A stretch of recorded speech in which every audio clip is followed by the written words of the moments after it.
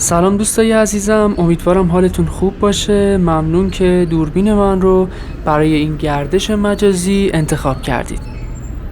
اگه مخاطب قدیمی ما باشید حتما یادتونه که تو ویدیوهای قبل محله الهیه و خیابون فرشته تهران رو با هم قدم زدیم. تو این ویدیو میخوام 2 مرکز خرید لوکس رو بهتون معرفی کنم که تو این منطقه قرار دارن.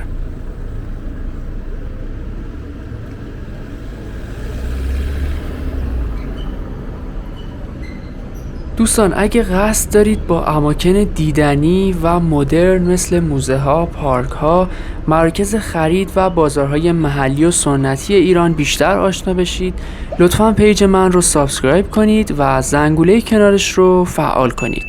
ویدیوهای زیادی هم تو پیج هست که اطلاعات خوبی رو در اختیارتون میذاره.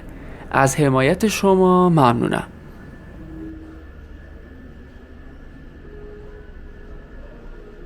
اینجا مرکز خرید مدرن الهیه است. یه مجتمع بسیار لوکس و باشکوه که با معماری بی‌نظیرش زبانزد افراده. 40 واحد تجاری داره و انواع برندهای معتبر بین المللی رو تو زمینه‌های جواهرات، عطر، لوازم آرایشی و ساعت دور خودش جمع کرده. بعضی از این برندها مثل پرومود، ریچی، لامبورد پارک و استفانو هستند. کیفیت اجناس واقعاً بی‌نظیره و در مقابل قیمتشون هم بسیار بالاست و فقط مختص قشر مرفه جامعه است.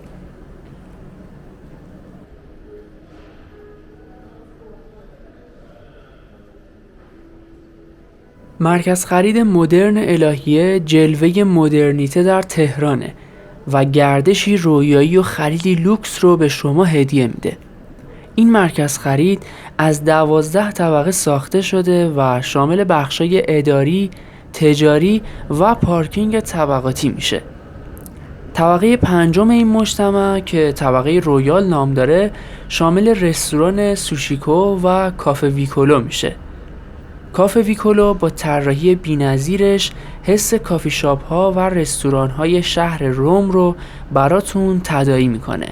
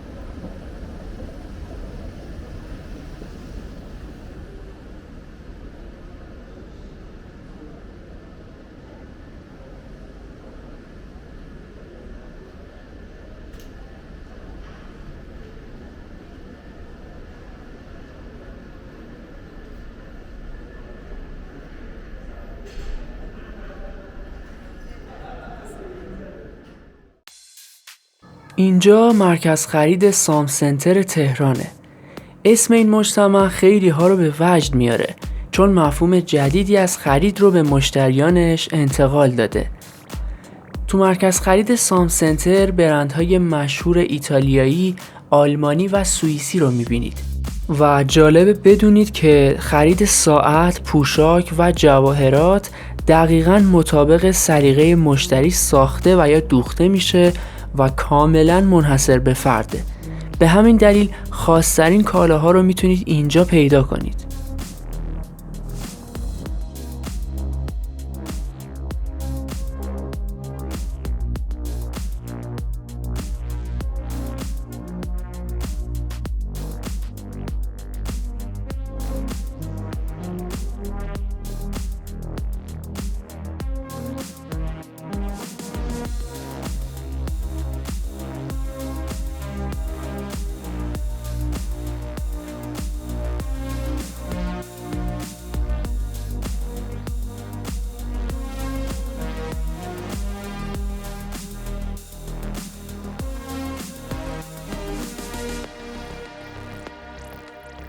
توی سام سنتر همه چیز متفاوته و از هر محصول فقط یک فروشگاه وجود داره.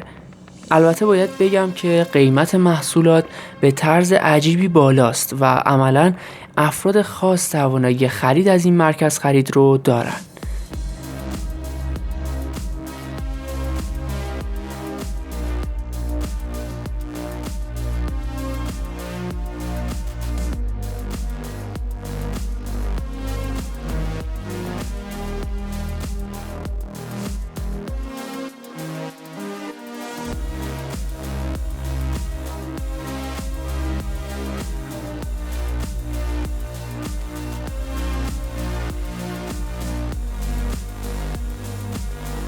کافه سام هم تو این منطقه معروفه که در طبقه دوم قرار داره و عصرها افراد زیادی رو جذب خودش میکنه.